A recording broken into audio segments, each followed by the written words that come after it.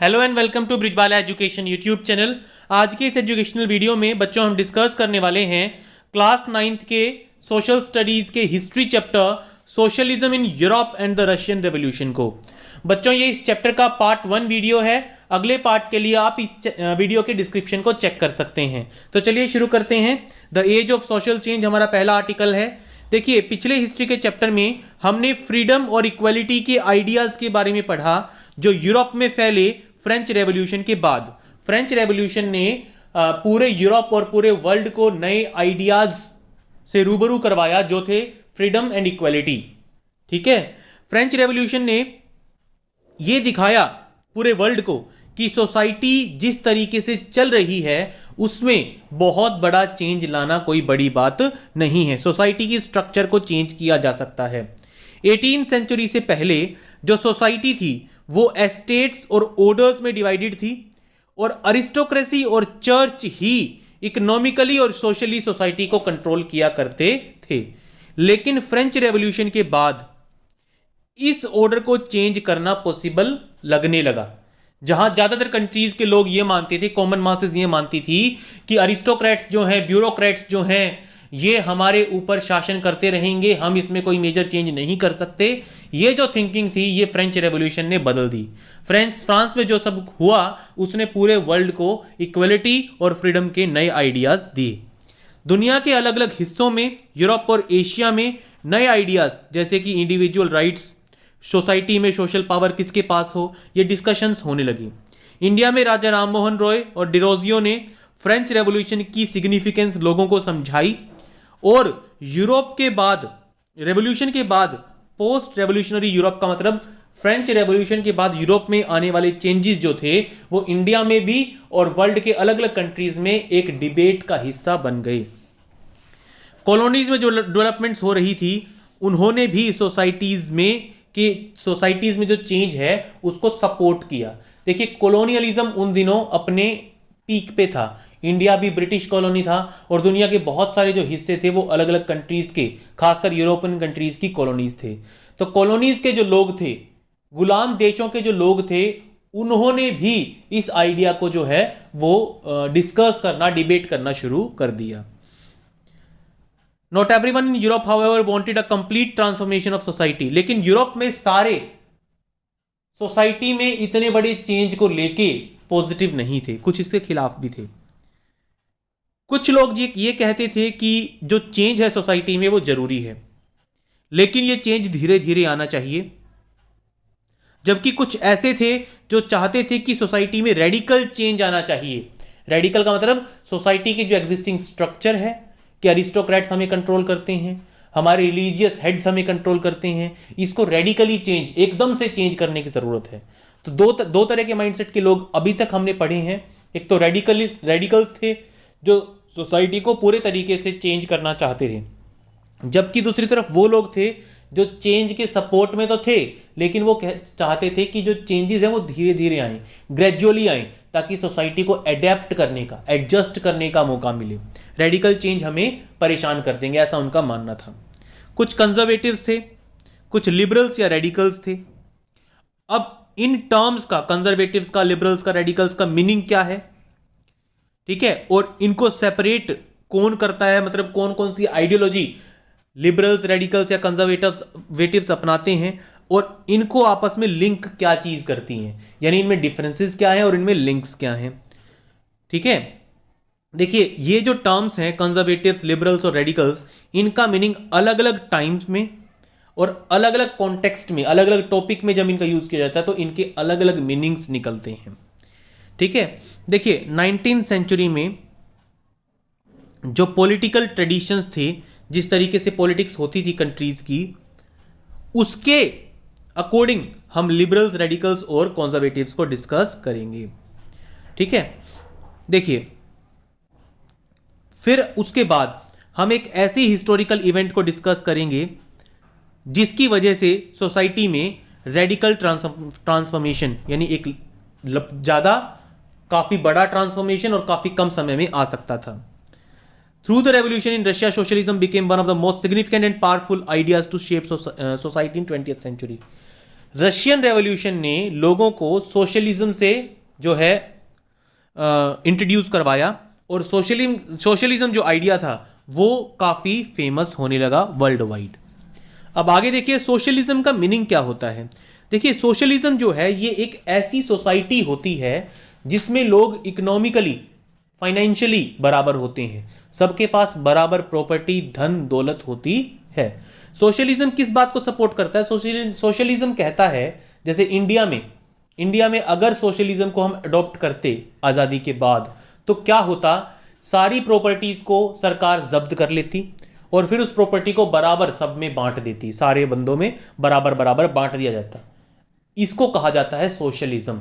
ठीक है, कुछ लोग सोशलिज्म को सपोर्ट इसीलिए करते हैं, इसको पावरफुल आइडिया इसलिए मानते हैं, जैसे मान लो आज़ादी से पहले कुछ ग्रुप्स ने तो फायदा उठाया, जैसे जमींदार्स वगैरह ने, कुछ ग्रुप्स का जो है एक्सप्लॉइटेशन हुआ, शोषण हुआ, वो गरीब रह गए।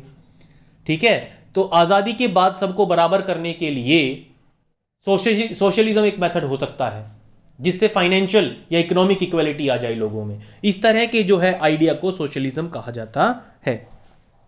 आगे हम बात करते हैं लिबरल्स, रेडिकल्स एंड कंजर्वेटिव्स, ये ग्रुप्स क्या थे। इनमें जो मेन डिफरेंस था ये इनकी थिंकिंग का था, अभी वे क्या सोचते हैं, और ये बहुत इंपॉर्टेंट है एग्जाम पॉइंट ऑफ व्यू से, इस पे क्वेश्चन आ सकता है एग्जाम में।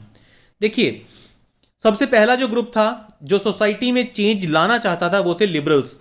लिबरल्स चाहते थे कि हमें एक ऐसा देश चाहिए जो सारे रिलीजन्स को बराबर मानता हो। ठीक है, हमें इस बात का ध्यान रखना चाहिए कि उस वक्त यूरोप के ज्यादातर कंट्रीज में रिलीजन को लेके डिफरेंसेस थे। जहां ब्रिटेन जो है वो इंग्लैंड, ऑस्ट्रिया और स्पेन के चर्च को, कैथोलिक चर्च को फेवर करता था।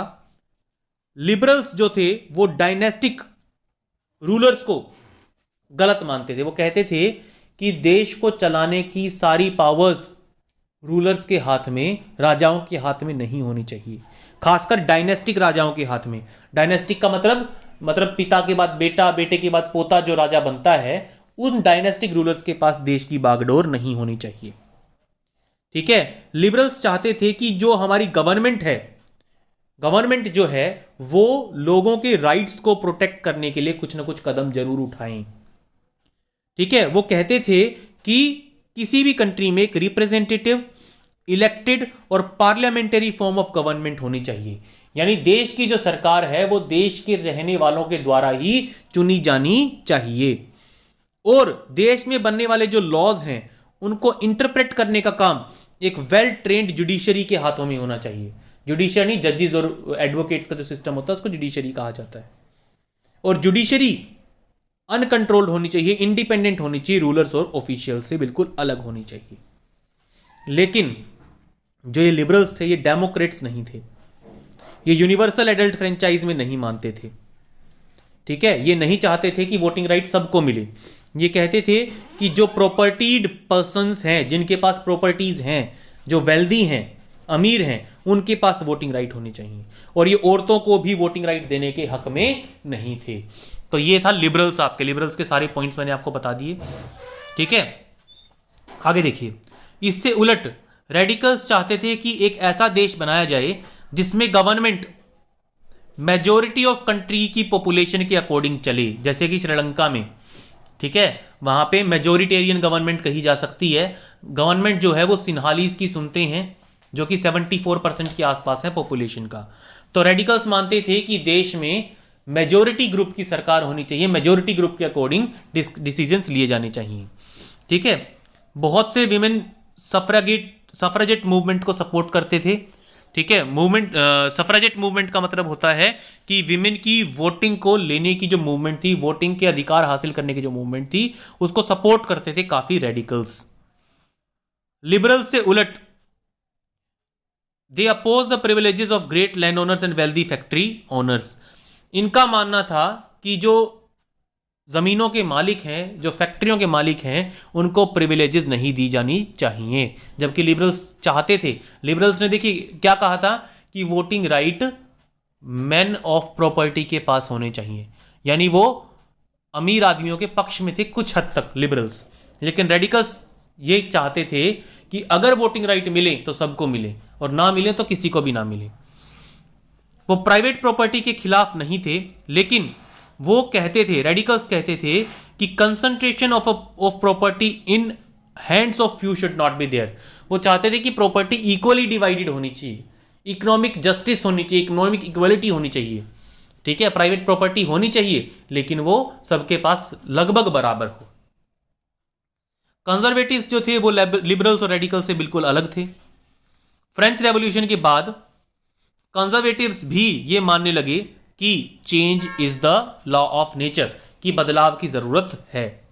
शुरुआत में 18th सेंचुरी में कंजर्वेटिव्स चेंज के खिलाफ थे। वो चाहते थे कि सोसाइटी जिस तरीके से चल रही है अगर इसी तरीके से चलती रहेगी तो डेवलपमेंट होगी, अगर हम सोसाइटी में चेंजेस लेके आएंगे तो इससे हमारी डेवलपमेंट पे नेगेटिव इफेक्ट पड़ेगा, ऐसा कंजर्वेटिव्स मानते थे। 19th सेंचुरी आते आते वो कहने लगे कि कुछ चेंजेस तो इनएविटेबल है, कुछ चेंजेस तो आएंगे ही और हमें उनको स्वागत करना चाहिए। लेकिन उनका यह भी मानना था कंजर्वेटिव्स का, that past had to be respected, कि हमें अपने पास्ट को रिस्पेक्ट करना चाहिए और चेंज जो है वो स्लोली आना चाहिए सोसाइटी में। कुछ चेंज आना चाहिए और वो कुछ चेंज भी स्लोली आना चाहिए। इतने डिफरिंग आइडियाज थे सोसाइटी में आने वाले चेंज को लेके फ्रेंच रेवोल्यूशन के बाद। ठीक है, the various attempt at revolution and national transformation in the 19th century helped define both the limits and potential of these political tendencies. French revolution के बाद जिस तरीके से सोसाइटी में ट्रांसफॉर्मेशंस हुए उसने लोगों को सिखाया कि जो ये पॉलिटिकल आइडियाज हैं लिबरल्स, रेडिकल्स और कंजर्वेटिव्स के, अगर हम इन आइडियाज को फॉलो करें या फॉलो ना करें तो इससे हमारी सोसाइटी पे क्या फर्क पड़ सकता है, क्या फर्क पड़ेगा। ऐसा यूरोप से फ्रेंच रेवोल्यूशन के बाद लोगों को समझ में आने लगा। Industrial society and social change. देखिए, ये जो पॉलिटिकल ट्रेंड्स थे जो हमने ऊपर पढ़े, लिबरल्स, रेडिकल्स और आइडियाज के पॉइंट्स, कंजर्वेटिव्स के पॉइंट्स, ये साइन थे कि एक नया समय आ गया है, एक ऐसा समय जिसमें सोशल और इकोनॉमिक चेंजेस होंगे, एक ऐसा समय जब नई सिटीज बनेंगी, नए नए इंडस्ट्रियल एरियाज बनेंगे, रेलवेज एक्सपेंड होंगी और इंडस्ट्रियल रेवोल्यूशन आया भी। यूरोप में उस वक्त इंडस्ट्रियल रेवोल्यूशन भी आया। इंडस्ट्रियलाइजेशन की वजह से मेन, वीमेन और चिल्ड्रन फैक्ट्रीज की तरफ आने लगे काम की तलाश में, जॉब्स की तलाश में। जो वर्किंग आवर्स थे वो काफी लंबे होते थे और वेजेस काफी कम होती थी क्योंकि काम करने वाले ज्यादा थे और काम कम थे। ठीक है, तो अनएम्प्लॉयमेंट की वजह से, ठीक है, लेबर में कंपटीशन की वजह से वेजेस कम थी, वर्किंग आवर्स लंबे थे। अनएम्प्लॉयमेंट उन दिनों काफी कॉमन थी, खासकर उन दिनों में जब इंडस्ट्रियल गुड्स की डिमांड कम हो जाती थी।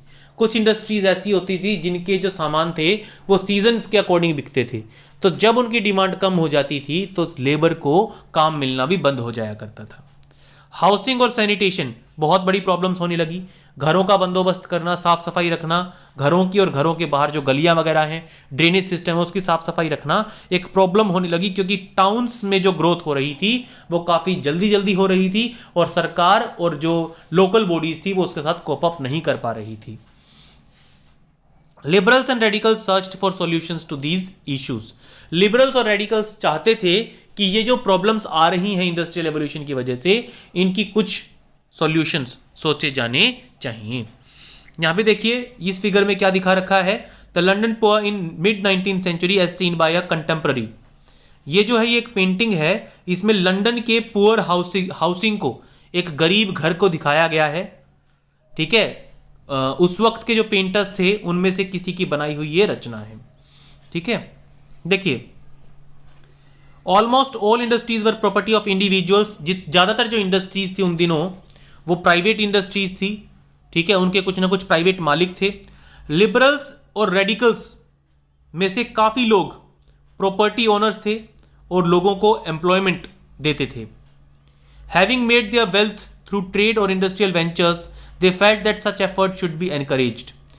क्योंकि उन्होंने खुद ने दौलत कमाई ट्रेड करके, बिजनेस करके या इंडस्ट्रीज लगा के, इसीलिए वो चाहते थे कि इस तरह के एफर्ट्स को, ट्रेड को और इंडस्ट्रीज को एनकरेज किया जाना चाहिए। That it's benefits would be achieved if the workforce in the economy was healthy and citizens were educated. Liberals और रेडिकल्स का मानना था कि इंडस्ट्रीज को और ट्रेड को फायदा होगा अगर हमारे देश में हेल्दी और एजुकेटेड लोग रहें तो, यानी वो चाहते थे कि हेल्थ और एजुकेशन के ऊपर इन्वेस्टमेंट की जानी चाहिए। Opposed to the privileges the old aristocracy had by birth, they firmly believed in the value of individual effort। जो पुराने टाइम से अरिस्टोक्रेसी को, टॉप क्लास को, अपर क्लास को जो प्रिविलेजेस थी उसको वो गलत मानते थे और वो कहते थे कि कोशिश करने वालों की रिस्पेक्ट होनी चाहिए सोसाइटी में। लेबर की और एंटरप्राइज की जो है वो भाई उन्होंने जो एफर्ट्स किए हैं, जो हार्डवर्क किया है, ठीक है, उसका हमें जो है कदरदान होना चाहिए। If freedom of individuals was ensured, if the poor could labor and those with capital could operate without restraint, they believed that societies would develop। Liberals और रेडिकल्स का मानना था कि अगर फ्रीडम हो सबको सब आजाद रहें, सरकार का किसी के ऊपर कोई ज्यादा दबाव ना हो, अगर गरीब लोगों को लेबर के तौर पे काम करने की आजादी मिले, अगर इंडस्ट्रियलिस्ट को, मैन ऑफ प्रॉपर्टी को अपना पैसा इन्वेस्ट करके इंडस्ट्रीज लगाने की परमिशन मिले तो ये सोसाइटी डेवलप होगी। जिसके पास पैसा है वो इंडस्ट्रीज लगाएंगे, कंट्री की इकोनॉमी बूस्ट होगी, और जिनको काम चाहिए वो उस फैक्ट्री में काम करके अपना घर चला सकेंगे।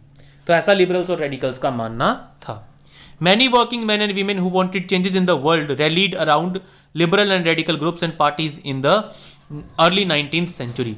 बहुत से वर्किंग मैन और वुमेन जो हैं वो ऐसे चेंजेस सोसाइटी में जो है लाना चाहते थे और लिबरल्स और रेडिकल्स के साथ जो है जुड़ रहे थे उनके आइडियाज को और ज्यादा ताकत देने के लिए। कुछ नेशनलिस्ट, लिबरल्स और रेडिकल्स, ठीक है, wanted revolutions to put an end to the kind of governments established in Europe in 1815। कुछ नेशनलिस्ट, लिबरल्स और रेडिकल्स चाहते थे कि रेवोल्यूशंस जो है वो खत्म कर दें उन गवर्नमेंट्स को जो 1815 में यूरोप में बनी थी। France, Italy, Germany, Russia, they became revolutionaries and worked to overthrow existing monarchs. France, Italy, Germany और रशिया, इनमें रेवोल्यूशंस हुए इन कंट्रीज में और इन्होंने अपने राजाओं को हटाने के लिए रेवोल्यूशंस किए। Nationalist talked of revolutions that would create nations where all citizens would have equal rights. जो नेशनलिस्ट थे, नेशनलिस्ट का मतलब जो देश को मानने वाले थे, फ्रीडम फाइटर्स थे, ठीक है, वो कहते थे कि रेवोल्यूशंस अच्छी हैं, करनी चाहिए। क्यों? क्योंकि रेवोल्यूशंस ऐसे देश बनाने में हेल्प करेंगी जहां पे हर सिटीजन को इक्वल राइट्स मिलेंगे। 1815 में गुसेपे मजीनी जो इटालियन नेशनलिस्ट थे, conspired with others to achieve this in Italy. उन्होंने इटली में ऐसा ही करने की कोशिश की। कैसा करने की कोशिश की? एग्जिस्टिंग गवर्नमेंट को ओवरथ्रो करके एक ऐसी गवर्नमेंट, एक ऐसी रेवोल्यूशन खड़ी करने की कोशिश की जिस रेवोल्यूशन के बाद एक ऐसी सरकार बने जो सब लोगों को इक्वल राइट्स दे। Nationalists elsewhere including India read his writing. ये जो गुसेपे मजीनी थे, इनकी राइटिंग्स को इंडिया और बाकी कॉलोनी कंट्रीज में काफी इंपॉर्टेंस मिली। देश भर में इनकी राइटिंग्स को काफी जो है पढ़ा जाता था, सराहा जाता था। The coming of socialism to Europe. अब यूरोप में सोशलिज्म कैसे आता है? Perhaps one of the most far reaching visions of how society should be structured was socialism. अब उस वक्त जो आइडियाज सोसाइटी में चल रहे थे उनमें से एक बहुत बड़ा आइडिया जो सोसाइटी में बहुत बड़ा और फार रीचिंग इफेक्ट क्रिएट कर सकता था वो था socialism. 19th century, mid 19th century आते आते यूरोप में सोशलिज्म के जो आइडियाज थे, सोशलिज्म जो आइडिया था उसने अटेंशन सीख की पूरे यूरोप की। ठीक है, बहुत से लोग सोशलिज्म को सपोर्ट करने लगे, उसको डिस्कस करने लगे। सोशलिस्ट जो थे वो प्राइवेट प्रॉपर्टी के अगेंस्ट थे और ये मानते थे कि प्राइवेट प्रॉपर्टी ही सारी सोशल इल्स का, समाज में जितनी बुराइयां हैं उन सब का जो रूट है, उन सब का जो कारण है वो प्राइवेट प्रॉपर्टी ही है। इंडिविजुअल्स के पास प्रॉपर्टी है जो एम्प्लॉयमेंट देते हैं, लेकिन जो प्रॉपर्टीज हैं, but the properties were concerned only with personal gain, not with the welfare of those who made the property productive. अब ये क्या कहते हैं? देखिए, सोशलिस्ट क्या कहते थे, वो प्राइवेट प्रॉपर्टी के खिलाफ क्यों थे? वो ये कहते थे कि जो प्राइवेट प्रॉपर्टी वाले हैं, जिनके पास पैसा है, वो अपना पैसा इन्वेस्ट करके दूसरों को एम्प्लॉयमेंट तो जरूर देते हैं, ये बात तो ठीक है, लेकिन उनका मेन मोटिव अपनी वेल्थ को अपने पैसे को बढ़ाना होता है, वो उन लोगों के वेलफेयर के बारे में नहीं सोचते जो उनके लिए काम कर रहे हैं, जो उनकी फैक्ट्रीज को चला रहे हैं, उनके बारे में वो नहीं सोचते। If society as a whole rather than single individual control property, more attention would be paid to collective social interest. अगर ये प्राइवेट प्रॉपर्टीज ना होके सोसाइटी प्रॉपर्टीज होती, यानी ये प्रॉपर्टी सोसाइटी के नाम होती, तो क्या होता, सबके जो इंटरेस्ट हैं उनका ध्यान रखा जाता, गरीबों के भी, अमीरों के भी, और सबके, मतलब हर ग्रुप ऑफ पर्सन के इंटरेस्ट को देखा जाता। Socialist wanted this change and campaign for it. जो सोशलिस्ट थे वो सोशलिज्म लाना चाहते थे, वो प्राइवेट प्रॉपर्टी के खिलाफ थे, वो चाहते थे कि जो इंडस्ट्रीज वगैरह हैं इनका कंट्रोल सोसाइटी के हाथ में हो, ना कि किसी इंडिविजुअल के हाथ में। How could a society without property operate, what would be the basis of socialist society. अब आगे क्वेश्चन है कि बिना प्राइवेट प्रॉपर्टी के सोसाइटी कैसे कंट्रोल होगी, किस तरीके से काम करेगी। सोशलिस्ट जो थे उनके अलग अलग आइडियाज थे फ्यूचर को लेकर। कुछ चाहते थे कि कोऑपरेटिव्स को बढ़ावा दिया जाना चाहिए। कोऑपरेटिव्स का मतलब होता है एक ऐसा ग्रुप जिसमें सरकार की और कुछ प्राइवेट लोगों की भागीदारी हो। रॉबर्ट ओवन जो एक इंग्लिश मैन्युफैक्चरर थे, ठीक है, उन्होंने एक कोऑपरेटिव कम्युनिटी बनाई, new harmony in Indiana, USA में। उन्होंने खुद ने एक कोऑपरेटिव सोसाइटी बनाई आगे काम करने के लिए। Other socialist felt that cooperatives could not be built on a wide scale only through individual initiative. They demanded that governments encourage cooperatives. जबकि एक ऐसा ग्रुप था, लोगों का एक ऐसा ग्रुप था, कुछ सोशलिस्ट ये मानते थे कि कोऑपरेटिव्स बनाना इंडिविजुअल्स के लिए पॉसिबल नहीं है, यानी वाइड रेंज पे, बड़े स्केल पे, लार्ज स्केल पे कोऑपरेटिव्स बना के उनको फंक्शनल करना, इंडस्ट्रीज एस्टेब्लिश करना, लोगों को काम देना, ये इंडिविजुअल्स नहीं कर सकते, लोग खुद नहीं कर सकते। सरकार को कोऑपरेटिव्स को एनकरेज करना चाहिए।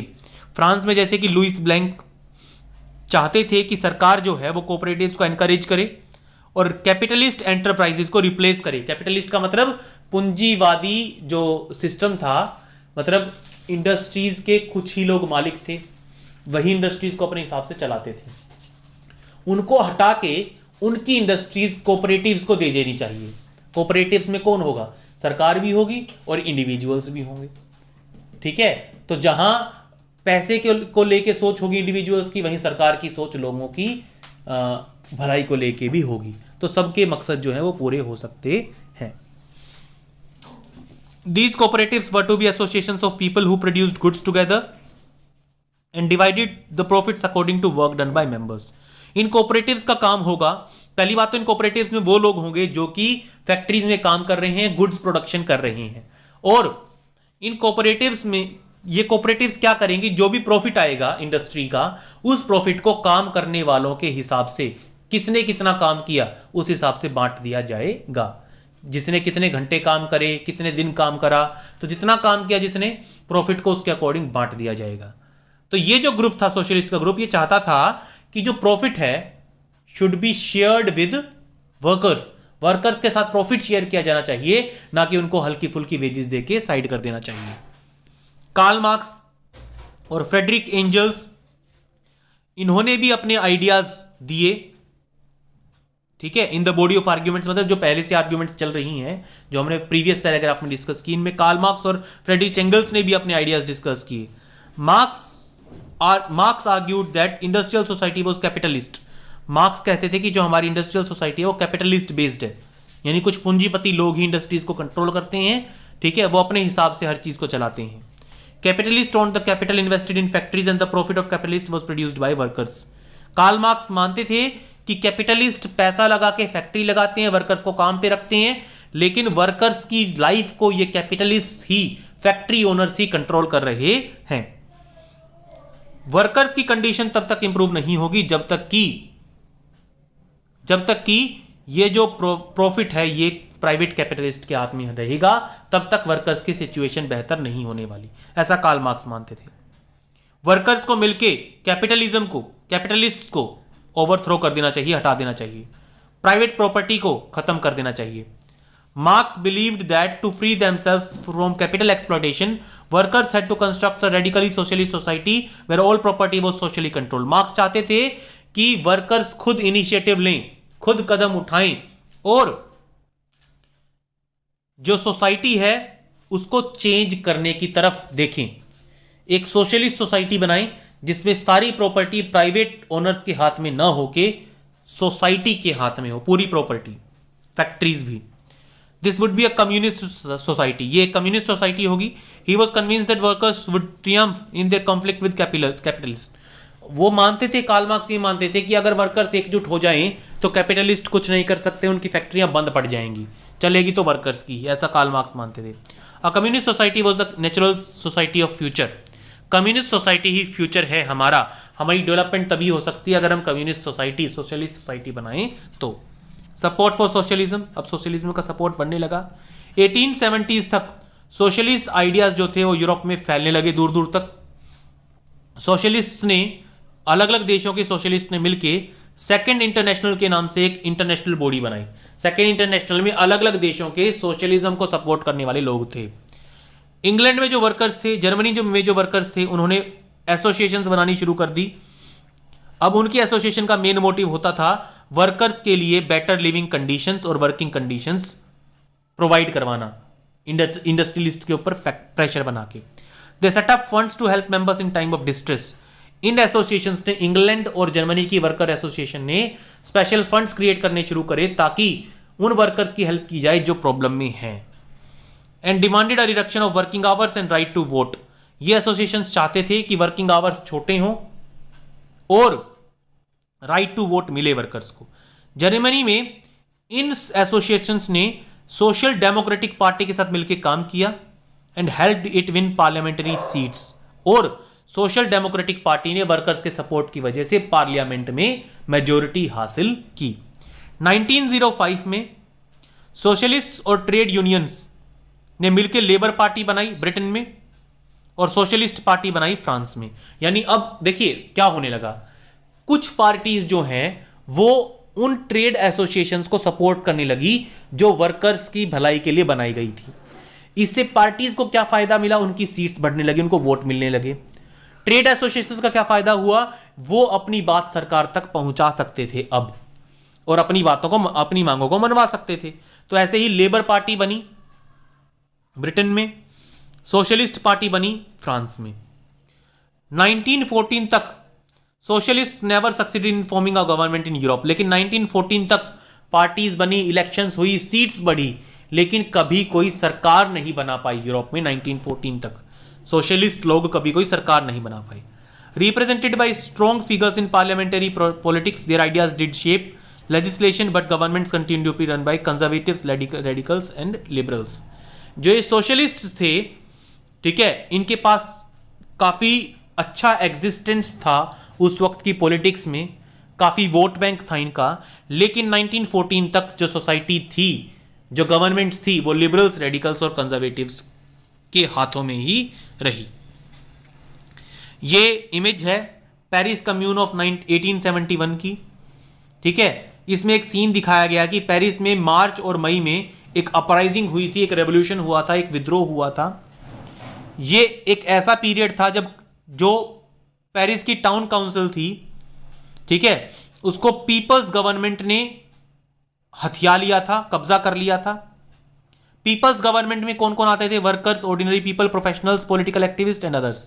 यानी जो आम लोग होते थे, वर्कर्स होते थे, आम आदमी जो होता था, वो उसने टाउन काउंसिल जो थी पेरिस की, उसके ऊपर कब्जा कर लिया था, उसको अपने हाथों में ले लिया था. अब ये रेवोल्यूशन हुई क्यों थी? ये इसलिए हुई थी कि फ्रांस में लोग काफी परेशान थे सरकार की पॉलिसीज की वजह से.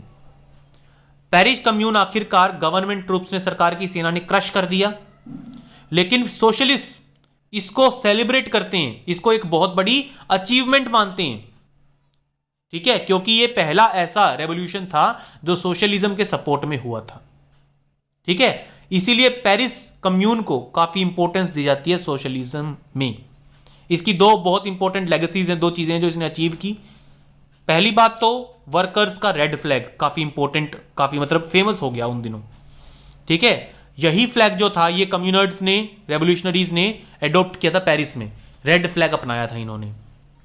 और मार्सिलेस ये एक वॉर सॉन्ग था, ये गाना था मार्सिलेस जो 1792 में बनाया गया था।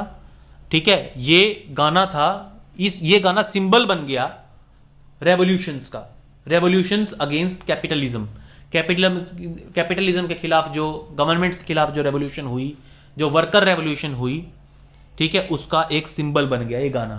तो दो इंपॉर्टेंट चीजें जो पेरिस कम्यून से सामने आई, उनमें से पहली थी रेड फ्लैग और दूसरा था मर्सिलेस। आगे आता है रशियन रेवोल्यूशन, आर्टिकल 2 है हमारा द रशियन रेवोल्यूशन। ठीक है, ये हम डिस्कस करेंगे। देखिए, in one of the least industrialised of European states this situation was reversed. जिन स्टेट्स में इंडस्ट्रीज नहीं थी उसमें सिचुएशन कुछ अलग थी। Socialist took over the government in Russia through October revolution of 1917। 1917 के अक्टूबर रेवोल्यूशन के बाद रशियन गवर्नमेंट सोशलिस्ट के हाथ में आ गई। फरवरी 1917 में सरकार गिरा दी गई रशिया में, और अक्टूबर में जो कुछ हुआ, बड़ी बड़ी इवेंट्स जो हुई, उन्हीं को रशियन रेवोल्यूशन कहा जाता है। ये सब हुआ कैसे, कौन सी सोशल और पॉलिटिकल कंडीशंस ऐसी थी जिसकी वजह से लोगों को रेवोल्यूशन करना पड़ा। इन क्वेश्चंस को आंसर करने के लिए हमें रशिया रेवोल्यूशन से पहले की रशिया के बारे में जानना चाहिए। देखिए, सबसे पहले साइड में एक पोर्ट्रेट दिखाया गया है, यह है tsar Nicholas II Saint Petersburg में इनकी इमेज दिखाई गई है। देखिए, 1914 में जार निकोलस II रशिया के किंग थे, जार थे, राजा थे, और उनकी एम्पायर वहां पे चल रही थी।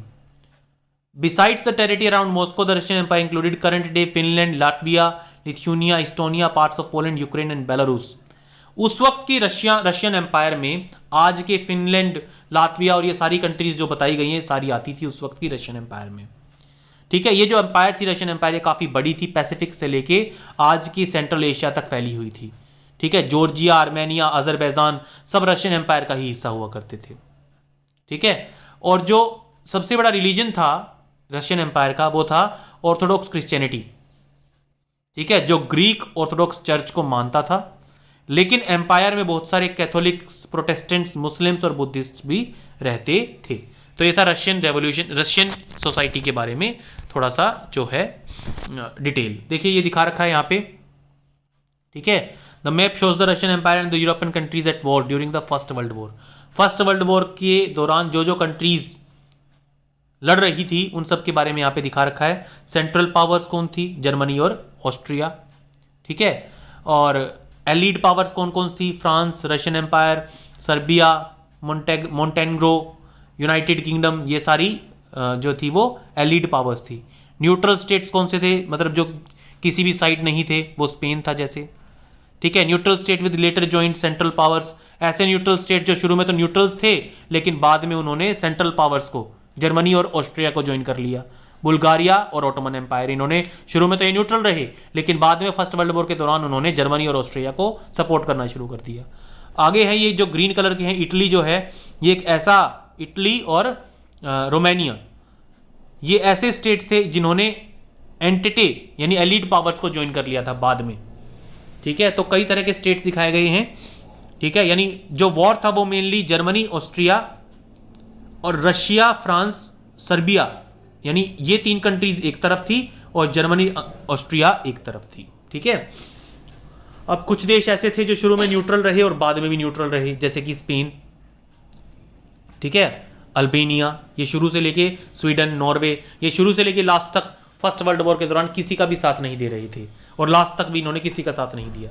कुछ स्टेट्स ऐसे थे जो शुरू में तो न्यूट्रल रहे लेकिन बाद में इन्होंने सेंट्रल पावर्स या फिर एलिड फोर्सेस में से एक को ज्वाइन कर लिया। आगे आता है उस वक्त की इकोनॉमी और सोसाइटी। रशियन रेवोल्यूशन के दौरान 1914 के दौरान, रशियन रेवोल्यूशन से पहले इकोनॉमी और सोसाइटी की क्या कंडीशन थी। ठीक है, यहां पे एक पिक्चर दिखाई गई है, unemployed peasants in pre war Saint Petersburg. यहाँ पे वर्कर्स की एक जो है हालत, कंडीशन दिखाई गई है कि वो किन कंडीशंस में, किस क्राउडीनेस में, किस भीड़ भाड़ वाले इलाके में रहा करते थे, गुजारा करते थे सेंट पीटर्सबर्ग में रेवोल्यूशन से पहले। 20th सेंचुरी की स्टार्टिंग में रशिया के ज़्यादातर लोग एग्रीकल्चर करते थे। 85% रशियन पॉपुलेशन जो थी वो एग्रीकल्चर या एग्रीकल्चर से जुड़े कामों से अपनी इनकम अर्न करती थी। ठीक है, this proportion was higher than in most European countries. Agriculture के ऊपर पॉपुलेशन की जो डिपेंडेंसी है वो यूरोप में इतनी ज़्यादा नहीं थी, रशिया में काफ़ी ज़्यादा थी। फ्रांस और जर्मनी में जैसे कि एग्रीकल्चर के ऊपर डिपेंडेंसी 40 से 50% लोग एग्रीकल्चर करते थे, लेकिन 85% लोग एग्रीकल्चर करते थे रशिया में। Cultivators produced for the market as well as for their own needs and Russia was major exporter of grain. Europe में जहां लोग अपने लिए और मार्केट में बेचने के लिए खरीदते थे, वहीं रशिया में एक्सपोर्ट होता था ग्रेन्स का, अनाज का। इसीलिए रशिया में प्रोडक्शन, एग्रीकल्चर के ऊपर लोगों की डिपेंडेंसी काफ़ी ज़्यादा थी, क्योंकि रशिया सिर्फ अपने लिए, अपनी फैमिली के लिए ही नहीं कमाते थे। रशियन फार्मर्स एक्सपोर्ट करने के लिए भी कमाते थे। देश का बहुत बड़ा income export of food grain से आया करता था। Industry was found in pockets. Pockets का मतलब कहीं कहीं कुछ इंडस्ट्रीज लगी होती थी, बड़े बड़े इंडस्ट्रियल रीजन्स ज़्यादा नहीं थे। Prominent industrial areas were sent Petersburg and Moscow. Moscow और सेंट पीटर्सबर्ग में काफ़ी इंडस्ट्रीज थी, वो मेन और फेमस इंडस्ट्रियल एरियाज थे। Craftsman undertook much of the production but large factories existed alongside craft workshops. ज़्यादातर काम क्राफ्ट्समैन करते थे, हाथों से करते थे, लेकिन इसके साथ साथ कुछ क्राफ्ट वर्कशॉप्स भी थी, कुछ ऐसी फैक्ट्रीज भी थी बड़ी बड़ी जो मशीनों से काम करती थी। 1890s में बहुत सारी फैक्ट्रीज वहां पे लगी। रशियन रेलवे नेटवर्क जब एक्सटेंड हुआ तो इससे फैक्ट्री ओनर्स को फायदा मिलने लगा और नई नई फैक्ट्रीज वहां पे खुलने लगी। फॉरेन इन्वेस्टमेंट अब आने लगी रशिया में, यानी बाहर की कंपनीज, बाहर के इंडस्ट्रियलिस्ट, बाहर के कैपिटलिस्ट अब रशिया में फैक्ट्रीज डालने लगे, फैक्ट्रीज खोलने लगे। कोल प्रोडक्शन डबल हो गई। आयरन और स्टील आउटपुट भी कई गुना बढ़ गया, क्योंकि देश में फैक्ट्रीज बन रही थी, आयरन और स्टील की डिमांड बढ़ रही थी, वर्कर्स की डिमांड बढ़ रही थी, कोल की डिमांड बढ़ रही थी, क्योंकि कोल वो एनर्जी प्रोवाइड करता है जिससे फैक्ट्रीज चलती हैं।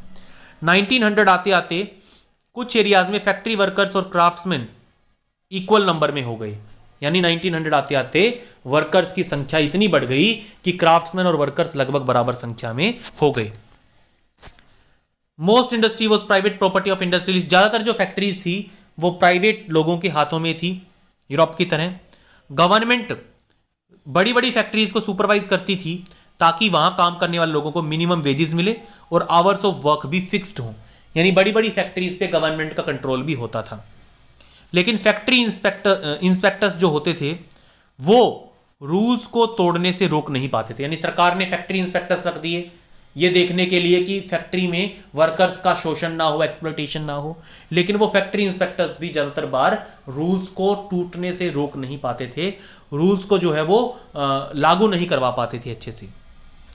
क्राफ्ट यूनिट्स में और छोटी वर्कशॉप्स में 15 दिन का वर्किंग डे होता था, जबकि फैक्ट्रीज में 10 से 12 दिन का वर्किंग होता था। और लोग जो थे वो रूम्स में भी रहते थे और डॉर्मिटरीज में भी रहते थे। ठीक है, यहां पे जैसे दिखा रखा है, एक डॉर्मिटरी दिखा रखी है, बंकर में लोग सो रहे हैं, छोटे छोटे बेड्स वगैरह लगा रखे हैं। ठीक है, तो उस वक्त डॉर्मिटरीज जो है वो बनने लगी वर्कर्स के लिए। ठीक है, डॉर्मिटरी का मतलब होता है जहां पे सोने के लिए बेड प्रोवाइड किया जाता है, वो बेड ही एक तरीके से बंदे का घर बन जाता है। आगे आता है, वर्कर्स जो थे वो एक डिवाइडेड सोशल ग्रुप थे उन दिनों में। ठीक है, कुछ वर्कर्स का तो जो था वो अपने गांव के साथ काफी स्ट्रॉन्ग लिंक था जहां से वो आए थे, जबकि कुछ वर्कर्स जो थे वो सिटीज में आके रहने लगे थे, गांव से उन्होंने अपना नाता तोड़ दिया था। वर्कर्स जो थे वो स्किल के अकॉर्डिंग डिवाइडेड थे। ठीक है, जैसे सेंट पीटर्सबर्ग का एक मेटल वर्कर, मेटल का काम करने वाला, लोहे का स्टील का काम करने वाला लिखता है, metal workers considered themselves aristocrats among other workers. जो मेटल वर्कर्स थे, जो मेटल का काम करने वाले लोग थे, वो अपने आप को दूसरे वर्कर्स से बेहतर समझते थे, बड़ा समझते थे।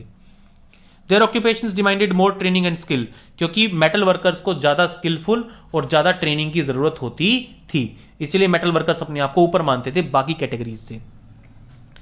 31% फैक्ट्री लेबर फीमेल होती थी 1914 तक, लेकिन फीमेल की जो वेजेस होती थी वो आदमियों से काफी कम होती थी। Division among workers showed themselves in dress and manners too. जिस तरह की ड्रेसेस पहनते थे वर्कर्स, जिस तरह से बिहेव करते थे, वो अलग अलग होता था अलग अलग ग्रुप ऑफ वर्कर्स के लिए। ठीक है, कुछ वर्कर्स जो थे उन्होंने एसोसिएशंस बना दी अनएम्प्लॉयमेंट और फाइनेंशियल हार्डशिप को टैकल करने के लिए, लेकिन ऐसी एसोसिएशंस काफ़ी कम थी। यानी उस वक्त के प्री रेवोल्यूशनरी रशिया में कुछ एसोसिएशंस बनी वर्कर्स के बेनिफिट के लिए, हार्ड टाइम्स में उनकी हेल्प करने के लिए, लेकिन ऐसी एसोसिएशंस काफ़ी कम थी, छोटे लेवल पे थी। डिविजन्स के बावजूद वर्कर्स जो थे वो स्ट्राइक के वक्त एक हो जाते थे। जब उनकी एम्प्लॉयर्स के साथ, अपने मालिकों के साथ लड़ाई होती थी, कोई डिसएग्रीमेंट होता था वर्क कंडीशंस को लेके या किसी को काम से निकालने को लेके, डिसमिसल को लेके, तो वो मिल के स्ट्राइक करते थे, मिल के काम को रोक देते थे। ये जो स्ट्राइक्स थी, इस तरह की जो हड़तालें थी, इस तरह की जो स्ट्राइक्स थी, वो टेक्सटाइल इंडस्ट्री में, कपड़ा इंडस्ट्री में काफ़ी फ्रीक्वेंटली होती थी 1896-1897 के दौरान, और 1902 से मेटल इंडस्ट्री में भी इस तरह की स्ट्राइक्स शुरू हो गई। जब भी वर्कर्स को काम से निकाला जाता या उनकी वेजेस कम करी जाती या उनके वर्किंग आवर्स को लेके कोई बात होती तो वो स्ट्राइक कर देते थे। कंट्री साइड में, गाँव में पीजेंट्स जो थे वो खेती करते थे, but the nobility, the crown and Orthodox church owned large properties. लेकिन ज़्यादातर जो प्रॉपर्टीज थी वो नोबिलिटी के हाथों में, नोबल्स के हाथों में, क्राउन यानी किंग के हाथों में या फिर चर्च के हाथों में थी ज़्यादातर प्रॉपर्टीज। वर्कर्स की तरह पीजेंट्स में भी डिवीजन, जैसे वर्कर्स डिवाइडेड थे, मेटल वर्कर्स अपने आप को बड़ा मानते थे, ऊंचा मानते थे, बाकी वर्कर्स थे, उसी तरीके से पीजेंट्स भी डिवाइडेड थे। ठीक है, पीजेंट्स रिलीजन को काफ़ी डीपली फॉलो करते थे, काफ़ी मानते थे रिलीजन को, but except in a few cases they had no respect for the nobility. लेकिन कुछ किसानों को छोड़ के नोबिलिटी को ज़्यादातर किसान पसंद नहीं करते थे। ठीक है, नोबल्स जो थे वो काफ़ी पावरफुल थे क्योंकि वो जार के क्लोज थे। ठीक है, जार यानी किंग के क्लोज थे, किंग की हेल्प करते करते थे पैसे को लेके या किसी काम को लेके, इसीलिए नोबल्स जो थे वो प्रॉपर्टीड तो थे ही, अमीर तो थे ही, प्रॉपर्टीज तो उनके पास थी ही, सरकार में भी उनकी काफ़ी चलती थी क्योंकि वो जार के क्लोज थे, वो काफ़ी पावरफुल थे, पोजीशन एंजॉय करते थे। This was unlike France where during the French revolution in Brittany peasants respected nobles and fought for them. French revolution से ठीक उल्टा था, यहाँ के जो किसान थे, रशियन रेवोल्यूशन के जो किसान थे, ये नोबल्स को पसंद नहीं करते थे, जबकि फ्रांस में इससे उल्टा था। फ्रेंच रेवोल्यूशन के दौरान बहुत से किसानों ने नोबल्स के लिए लड़ाई लड़ी, अपने नोबल्स के लिए, जिनकी खेतों में वो खेती करते थे, उनके लिए लड़ाई लड़ी थी फ्रेंच रेवोल्यूशन के दौरान बहुत से पीजेंट्स ने। रशिया में पीजेंट्स चाहते थे कि जो नोबल्स की जमीन है वो हमें दी जानी चाहिए। ठीक है, बहुत बार किसान जो थे वो रेंट देने से मना कर देते थे और अपने जमीन मालिकों को मार भी देते थे। 1902 में साउथ रशिया में काफी बड़े स्केल पे मर्डर्स हुए लैंडलॉर्ड्स की। 1905 में इस तरह के इंसिडेंट्स पूरे रशिया में होने लगे। ठीक है, जमीन का रेंट देने से मना करना, ठीक है, और प्रेशराइज किए जाने पे मर्डर्स कर देना लैंडलॉर्ड्स का, जमीन के मालिकों का, ये काफी कॉमन साइट हो गई थी रशिया में। रशियन पीजेंट्स जो थे वो यूरोप के पीजेंट्स थे, यूरोप के किसानों से काफी अलग थे। They pooled their land together periodically and their commune divided it according to the needs of individual families. बहुत से रशियन किसान क्या करते थे, एक बहुत अपनी अपनी जमीनों को मिलके खेती करते थे उस बहुत बड़ी जमीन पे, और फिर जो इनकम होती थी उसको फैमिलीज में बांट दिया जाता था, वर्किंग फैमिलीज में बांट दिया जाता था, फैमिली के जरूरत के अकॉर्डिंग। जिस फैमिली में ज्यादा मेंबर्स हैं, प्रेग्नेंट मदर है, डिपेंडेंट मेंबर्स ज्यादा है, तो उसको ज्यादा हिस्सा मिलता था। आगे आता है socialism in Russia. Next topic, socialism in Russia.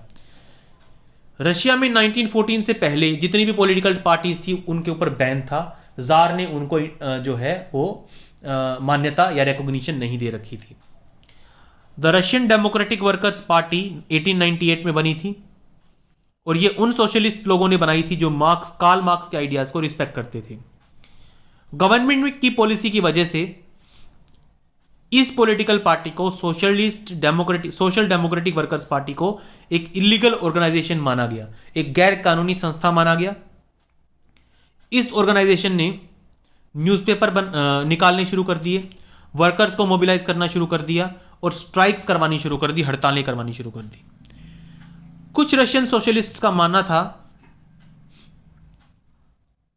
कि जो रशिया के जो किसान हैं वो सोशलिज्म को सपोर्ट करते हैं, सोशलिस्ट हैं, क्योंकि वो लैंड को अपने आपस में डिवाइड करके काम करते हैं, पीरियोडिकली लैंड को डिवाइड करते हैं पीरियड के अकॉर्डिंग, क्रॉप सीजन के अकॉर्डिंग।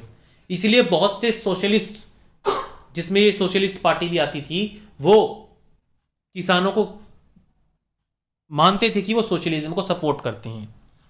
इसलिए पीजेंट्स, वर्कर्स नहीं बल्कि पीजेंट्स रेवोल्यूशन में एक बहुत बड़ा मेन फोर्स थे। यानी रशियन रेवोल्यूशन का सबसे बड़ा कारण रशियन पीजेंट्स थे। Russia could become socialist more quickly than other countries. Russia आसानी से सोशलिस्ट बन सकती थी बाकी देशों के मुकाबले। सोशलिस्ट जो थे वो गांवों में भी एक्टिव थे लेट 19th सेंचुरी के दौरान। सोशलिस्ट रेवोल्यूशनरी पार्टी बनी 1900 में। यह पार्टी किसानों के अधिकारों के लिए लड़ती थी और इस पार्टी की सबसे बड़ी डिमांड थी कि पीजेंट्स के नाम जमीन कर देनी चाहिए नोबल्स के बजाय। नोबल से जमीन छीन के उन पीजेंट्स को दी जानी चाहिए जो सालों से उस जमीन के ऊपर खेती कर रहे हैं। Social Democrats disagreed with socialist revolutionaries about peasants. जो सोशलिस्ट रेवोल्यूशनरीज थे उनकी और सोशल डेमोक्रेट्स थे उनकी थिंकिंग पीजेंट्स को लेके अलग अलग थी। दो पार्टियां बन गई थी, ठीक है, दो पार्टियां बन गई। एक तो जो थी Russian socialist democratic party, social democratic workers party थी एक तो, और दूसरी ये थी सोशलिस्ट रेवोल्यूशनरी पार्टी। इन दोनों की पीजेंट्स को लेके थिंकिंग जो थी उसमें डिफरेंस था, ठीक है। आगे देखिए, लेनिन जो थे वो मानते थे कि जो पीजेंट्स थे वो एक यूनाइटेड ग्रुप नहीं है। कुछ पीजेंट्स जो है वो गरीब हैं, उनकी आइडियाज अलग हैं। कुछ पीजेंट्स रिच हैं, उनके आइडियाज अलग हैं। कुछ लेबरर्स की तरह काम करते हैं, खुद मजदूरी करते हैं, और कुछ किसान कैपिटलिस्ट की तरह काम करते हैं, दूसरों से काम करवाते हैं। तो लेनिन जो कि वर्कर एसोसिएशन से बिलोंग करते थे, वर्कर पार्टी से बिलोंग करते थे, उनका मानना था कि पीजेंट्स जो है वो एक डिवाइडेड ग्रुप है। कुछ किसान अमीर भी हैं, कैपिटलिस्ट भी हैं, जबकि कुछ किसान गरीब भी हैं, मजदूरी करके अपना पेट पालते हैं। Given this differentiation with in them they could not all be a part of socialist movement. इसलिए लेनिन का मानना था कि इस डिफरेंस की वजह से, इस डिवीजन की वजह से सारे किसानों को सोशलिस्ट नहीं माना जा सकता। कुछ किसान ऐसे भी हैं जो सोशलिज्म के विरोध में हैं, क्योंकि अगर सोशलिज्म आया तो उनकी जमीन उनसे छीन ली जाएगी, उनकी प्रॉपर्टी उनसे छीन ली जाएगी। This party was divided over strategy of organisation. इस पार्टी को डिवाइड कर दिया गया, ऑर्गेनाइजेशन की स्ट्रेटेजी को लेकर डिफरेंसेस थे उनमें, ठीक है। व्लादिमीर लेनिन बोल्शेविक ग्रुप के हेड बन गए, ठीक है। उनका मानना था कि एक रिप्रेसिव सोसाइटी में, ज़ारिस्ट रशिया में, पार्टी को डिसिप्लिन होना चाहिए and should control the number and quality of its members, ठीक है। व्लादिमीर लेनिन जो कि बोल्शेविक पार्टी, ये जो हमारी सोशलिस्ट पार्टी थी, इसके दो धड़े बन गए, इसके दो ग्रुप बन गए डिफरेंस इन ओपिनियन की वजह से। थे सारे सोशलिस्ट ही, लेकिन सोशलिस्ट में भी आइडियाज को लेकर डिफरेंसेस आ गए, इसलिए सोशलिस्ट पार्टी के दो हिस्से बन गए, दो ग्रुप बन गए। वो दो ग्रुप्स कौन कौन से थे? एक तो बोल्शेविक और एक मेंशेविक। बोल्शेविक के लीडर थे व्लादिमीर लेनिन, जो ये मानते थे कि वर्कर्स पार्टी, सोशलिस्ट पार्टी को अपने मेंबर्स को देख के चुनना चाहिए। सारे मेंबर्स ऐसे नहीं होते, सारे किसान ऐसे नहीं होते, सारे वर्कर्स ऐसे नहीं होते जो सोशलिज्म को सपोर्ट कर रही हों। जबकि दूसरी तरफ मेंशेविक्स थे, जो मानते थे कि पार्टी ओपन टू ऑल होनी चाहिए, जैसे कि जर्मनी में, कि पार्टी में सबका स्वागत होना चाहिए, सोशलिस्ट पार्टी में सबका स्वागत होना चाहिए। अ टर्बुलेंट टाइम द 1905 रेवोल्यूशन, एक ऐसा टाइम जब काफी उठापटक हुई। टर्बुलेंट टाइम का मतलब टर्बुलेंस का आपको पता ही होगा, ठीक है। टर्बुलेंट टाइम एक ऐसी टाइम जिसमें सोसाइटी में एक बहुत बड़ा रेडिकली कुछ चेंज हुआ। रशिया एक ऑटोक्रेसी थी। ऑटोक्रेसी का मतलब जो रशिया की गवर्नमेंट थी वो एक ग्रुप के हाथों में ही, एक बंदे के हाथ में कंसंट्रेटेड थी रशिया की पावर। बाकी यूरोपियन रूलर्स से अलग 20th सेंचुरी के बिगिनिंग में tsar was not subject to parliament. Tsar के ऊपर, रशिया के किंग के ऊपर पार्लियामेंट का कोई कंट्रोल नहीं था। रशिया के जो लिबरल्स थे वो इस तरह के अफेयर्स को चेंज करवाना चाहते थे, जार के ऊपर पार्लियामेंट का कंट्रोल एस्टेब्लिश करना चाहते थे।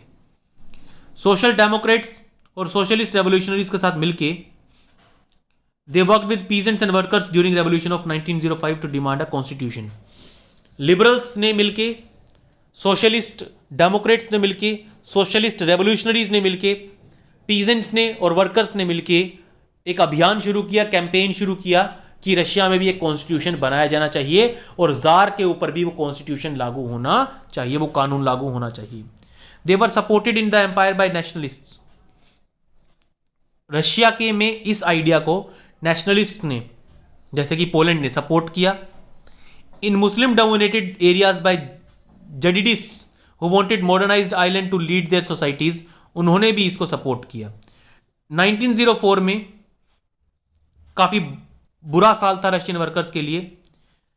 जरूरी सामान के जो प्राइसेस थे वो इतने ज्यादा बढ़े कि रियल वेजेस जो थी वो 20% डिक्रीज होगी. मतलब अगर आपको 100 रुपए मिल रहे थे दिहाड़ी के तौर पे काम के लिए, तो महंगाई इतनी बढ़ी कि वो 100 रुपए 80 रुपए के बराबर हो गए. यानी मनी की जो वैल्यू है वो 20% तक कम हो गई. ठीक है, अब इसका मतलब क्या हुआ कि उनकी वेजेस तो कम नहीं हुई, लेकिन उनकी वेजेस की वैल्यू कम हो गई. तो इसीलिए कहा गया कि रियल वेजेस में 20% का डिक्रीज आ गया. इसीलिए जो वर्कर्स एसोसिएशन थी उसकी तरफ लोग मुड़ने लगे. अपने हालात को बेहतर बनने के लिए लोग वर्कर्स एसोसिएशन के साथ जुड़ने लगे. When 4 members of Assembly of Russian Workers, which had been formed in 1904, were dismissed at the Putilov Iron Works, there was a call for industrial action. जब Russian workers assembly of Russian workers के 4 member workers को 1904 में Putilov iron works ने काम से निकाल दिया, तो पार्टी ने कॉल किया अपने वर्कर्स को उन 4 वर्कर्स के सपोर्ट में आने के लिए. आने वाले कुछ दिनों में लगभग 1,10,000 वर्कर्स सेंट पीटर्सबर्ग में स्ट्राइक पे चले गए. उनकी डिमांड क्या थी? देखिए, शुरुआत तो किस चीज से हुई थी? 4 बंदों को नौकरी से निकाला गया था, इसलिए शुरुआत हुई थी इस स्ट्राइक की. लेकिन धीरे धीरे इस स्ट्राइक में चेंजेस आने लगे. 1,10,000 वर्कर्स ने मिलकर यह स्ट्राइक करी और उनकी डिमांड क्या थी? वर्किंग आवर्स को 8 घंटे कर दिया जाना चाहिए, वेजेस को इंक्रीज किया जाना चाहिए, हमारी मजदूरी को बढ़ाया जाना चाहिए और हमारी वर्किंग कंडीशंस को भी इंप्रूव किया जाना चाहिए. इस बात को लेकर सेंट पीटर्सबर्ग में वर्कर्स ने हड़ताल कर दी. When the procession of workers led by Father Gapon reached Winter Palace, it was attacked by police and Cossacks. जब ये जो वर्कर्स की प्रोसेशन थी, जो ये हड़ताल थी, जो ये जुलूस था, ये फादर गैपोन नाम की जगह पे पहुंचा. जो फादर गैपोन इसको लीड कर रहे थे, वो विंटर पैलेस जो जार का महल था उसके पास पहुंचा, तो पुलिस ने और कोसैक्स ने इसके ऊपर अटैक कर दिया. ठीक है, कोसैक्स क्या होते थे? उस वक्त के रशिया के जार के स्पेशल गार्ड्स वगैरह होते थे कोसैक्स. उन्होंने और पुलिस ने अटैक कर दिया उन वर्कर्स के ऊपर जो रेवोल्यूशन कर रहे थे. लगभग 100 वर्कर्स मारे गए और 300 जख्मी हो गए. इस इंसिडेंट को ब्लडी संडे के रूप में मनाया जाता है और इसकी वजह से कुछ ऐसे इवेंट्स हुए, वर्कर्स की तरफ से कुछ ऐसे इवेंट्स किए गए, कुछ ऐसी घटनाएं की गई जिनको 1905 रेवोल्यूशन के नाम से जाना जाता है. यानी शुरुआत की वर्कर्स ने कैसे शुरुआत की? अपनी वर्किंग कंडीशंस को, वर्किंग आवर्स को और वेजेस को इंप्रूव करवाने के लिए उन्होंने जो है जुलूस निकाला, रैली निकाला. जब वो रैली, जिसके हेड फादर गैपोन थे, जार के पैलेस के पास से गुजर रही थी, तो जार के बंदों ने, जार के कर्मियों ने, पुलिस वालों ने उसके ऊपर अटैक करके बहुत से वर्कर्स को मार डाला. तो इस चीज से वर्कर्स जो थे वो इन्फ्यूरिएट हो गए. स्ट्राइक्स हुई पूरे देश में, पूरे रशिया में स्ट्राइक्स हुई. यूनिवर्सिटीज बंद करवा दी गई, स्टूडेंट्स ने वॉकआउट कर दिया. ठीक है, कि उनके पास लिबर्टीज नहीं है, आजादी नहीं है कुछ भी करने की. लॉयर्स, डॉक्टर्स, इंजीनियर्स और दूसरे मिडिल क्लास वर्कर्स ने यूनियंस बनानी शुरू कर दी और एक कॉन्स्टिट्यूएंट असेंबली को बनाने का जो प्रस्ताव है वो पूरे देश में चलने लगा कि एक कॉन्स्टिट्यूएंट असेंबली हमारे देश में बनाई जानी चाहिए. जार जो कुछ कर रहा है उसकी पावर के ऊपर एक जो है कुछ तो, कोई तो ऐसा होना चाहिए जो जार की पावर को कंट्रोल कर सके. 1905 रेवोल्यूशन के दौरान जार ने आखिरकार झुकते हुए एक इलेक्टेड कंसलेटिव पार्लियामेंट, जिसको ड्यूमा कहा जाता था, उसको बनाने की इजाजत दे दी. ठीक है, वर्कर्स की जो ये स्ट्राइक हुई, लॉयर्स ने, डॉक्टर्स ने, स्टूडेंट्स ने इसको सपोर्ट किया और अपने खिलाफ बढ़ते हुए रेवोल्यूशन को देखते हुए जार ने ड्यूमा को बनाने की इजाजत दे दी. For a brief while during revolution, there existed a number of trade unions and factory committees made up of factory workers. कुछ वक्त तक रेवोल्यूशन के दौरान बहुत सारी ट्रेड यूनियंस, बहुत सारी फैक्ट्री कमेटीज बन गई थी जिनके मेंबर्स थे फैक्ट्री वर्कर्स। 1905 के बाद ज्यादातर कमेटीज और यूनियंस अनऑफिशियली काम करने लगी क्योंकि उनको इलीगल डिक्लेयर कर दिया गया था।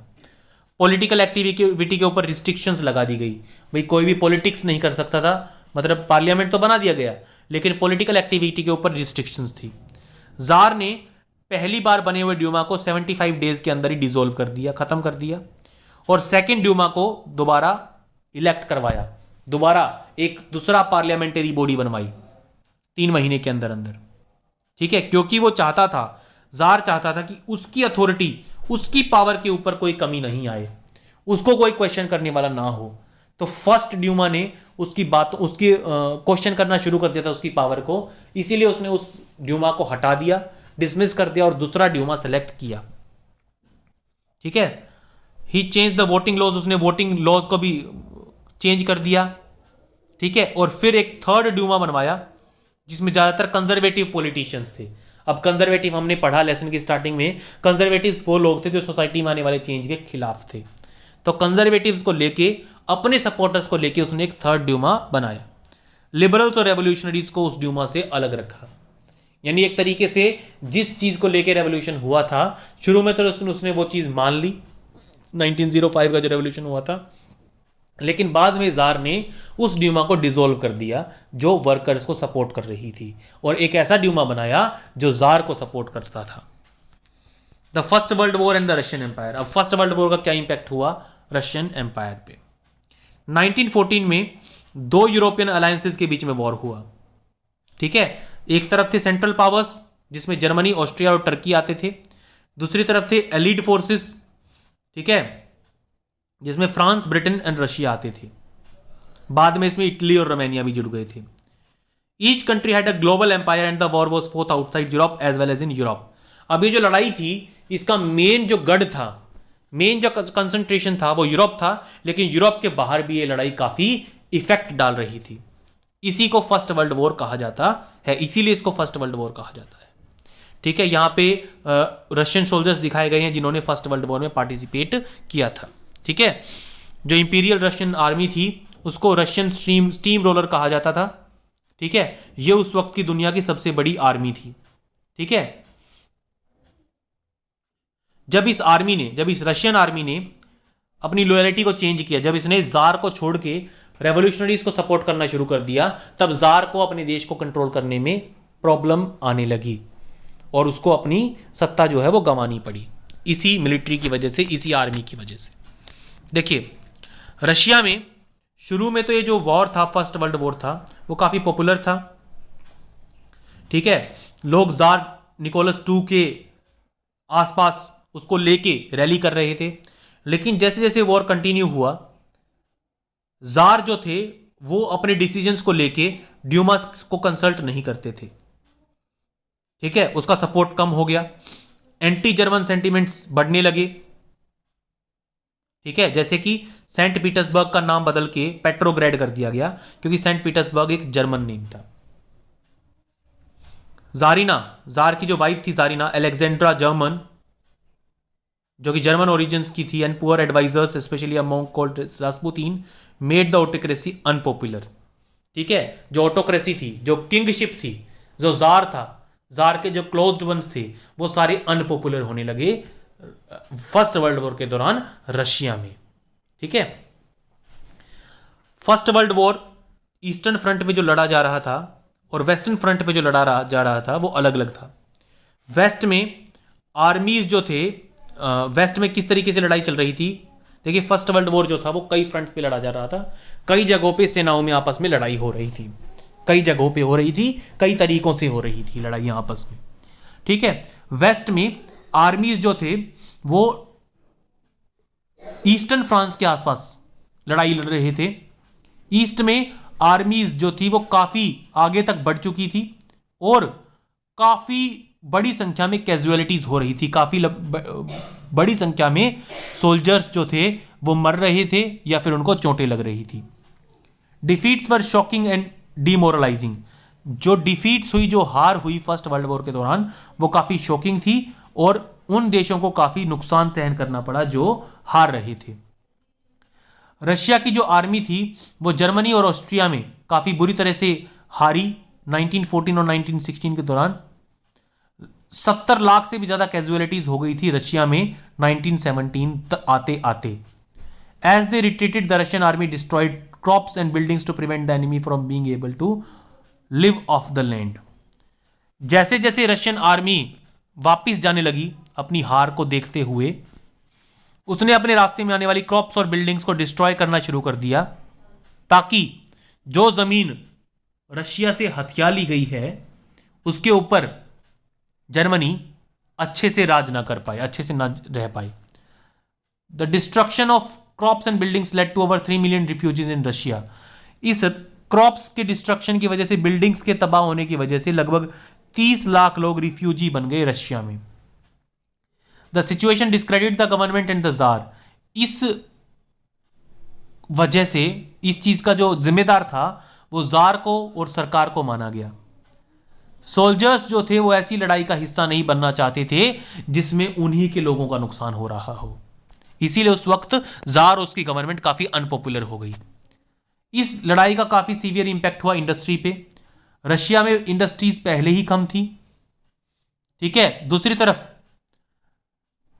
अब फर्स्ट वर्ल्ड वॉर की वजह से ये कंट्री इंडस्ट्रियल गुड्स के सप्लायर से भी दूर होने लगी, जो कि जर्मन के कंट्रोल में थे बाल्टिक सी में। यानी बाल्टिक सी में जो कंट्रीज थी, जो सप्लायर्स थे, वो अब रशिया की इंडस्ट्रीज को माल सप्लाई नहीं कर रहे थे। इंडस्ट्रियल इक्विपमेंट जो थे वो डिसइंटीग्रेट होने लगे, टूटने लगे, काम करना बंद करने लगे रशिया में। यूरोप के बजाय रशिया को ज्यादा नुकसान सहन करना पड़ा।